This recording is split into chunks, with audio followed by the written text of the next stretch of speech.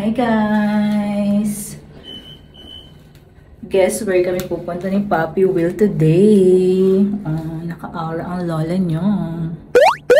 Kumusta naman sa mga eyelashes kong mala caterpillar? Diba? Winner! 48918. So, ayun na nga mga mamshi. Natuloy na yung maternity shoot na pinlano namin ni Papi Will. And sobrang nag-enjoy kami sa maternity shoot na to kasi very comfortable kaming umaura-aura sa harapan ng camera. Guess what? Wala kasing photographer.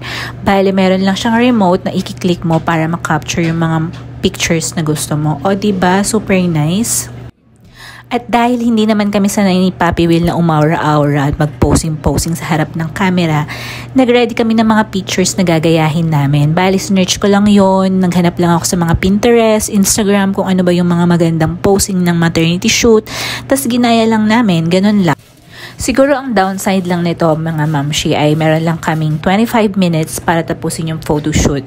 Medyo pressure ha, pero okay lang kasi sa mga mister na kagaya ng asawa ko na pinakaayaw yung mga matagal na photoshoot, pack na pack yung ganitong setup. 25 minutes lang for the photoshoot and then 5 minutes para pumili ka ng mga pictures na gusto mong i-print.